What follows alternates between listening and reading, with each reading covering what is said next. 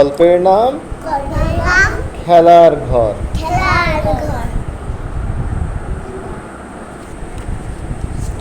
প্রমিতা, প্রমিতা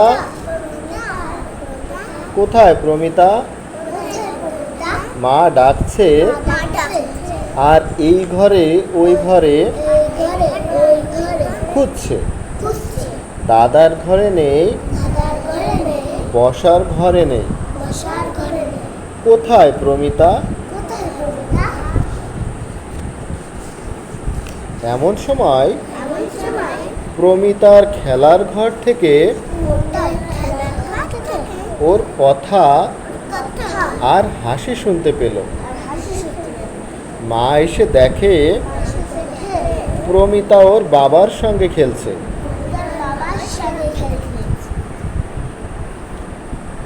মা, তুমিও এসো, আমাদের সঙ্গে খেলবে। দেখো, আমরা একটা ঘর বানাচ্ছি। মা দেখে প্রমিতা আর ওর বাবা বড় একটা কাগজের বাক্স কাটছে।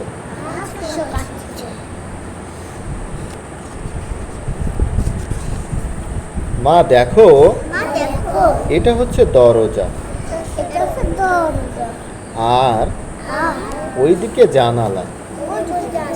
বাহ, খুব সুন্দর হচ্ছে ঘরটি। পুরনো কাগজ, টিস্যু রোল, খালি বোতল ও বোতলের মুখ নিয়ে বাবা মেয়ে মহা ব্যস্ত। প্রমিতা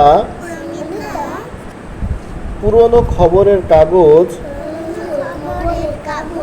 আর রঙিন কাগজ কেটে ঘরটির ভেতরে সাজাচ্ছে। বাবা বোতলের মুখগুলো জানালার পাশে লাগিয়ে দিচ্ছে। মা রঙিন কাপড় কেটে ফুল বানাচ্ছে। এমন সময় দরজায় বেল বেজে উঠল। প্রমিতা বলে, মা, আমি জানি কে এসেছে। মা হেসে বলে, দুষ্টু মেয়ে, তুমি সব জানো। প্রমিতা হাসতে হাসতে বলে, আমার বন্ধু এসেছে। সোমা হাসি মুখে ঘরে ঢুকে বলল, আমি তোমাদের সঙ্গে খেলবো। প্রমিতা টিস্যু রোল ছোট ছোট করে কাটছে। তা দেখে সোমা বলে, বাহ, বেশ মজা তো, আমিও কাটবো।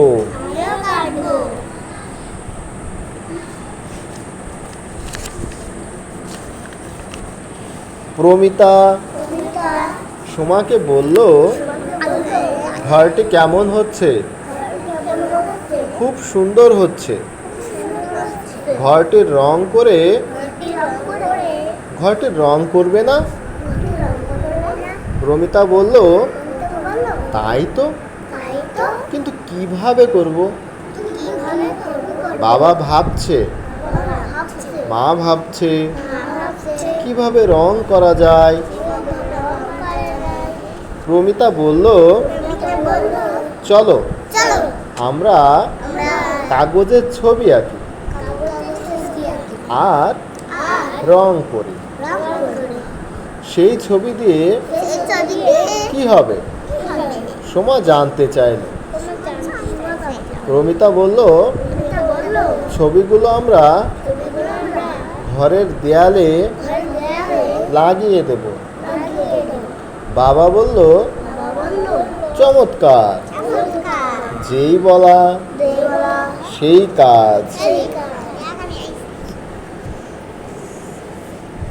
প্রমিতা, সোমা আর বাবা মিলে ছবি আঁকছে আর রং করছে। রংধনুর ছবি, গাছের ছবি, ফুলের ছবি। মা দেখে বলল, খুব সুন্দর হচ্ছে। ছবি আঁকা আর রং করা প্রায় শেষ। প্রমিতা বলল, কিন্তু কিভাবে এগুলো ঘরের দেয়ালে লাগাবো? মা হেসে বলল, আমি আটা দিয়ে আঠা বানিয়ে আনছি। বাবা বলল, দারুণ।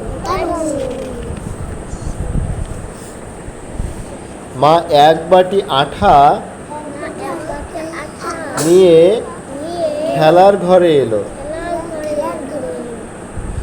তারপর একে একে ছবিগুলো কাগজের ঘরে দেয়ালে লাগিয়ে দিল।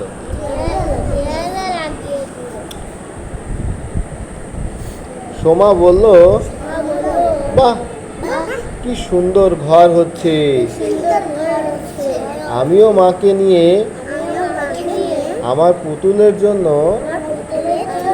এরকম একটি ঘর বানাবো। তখন কিন্তু আমিও তোমাদের সাথে থাকবো। প্রমিতা হাসতে হাসতে বলল।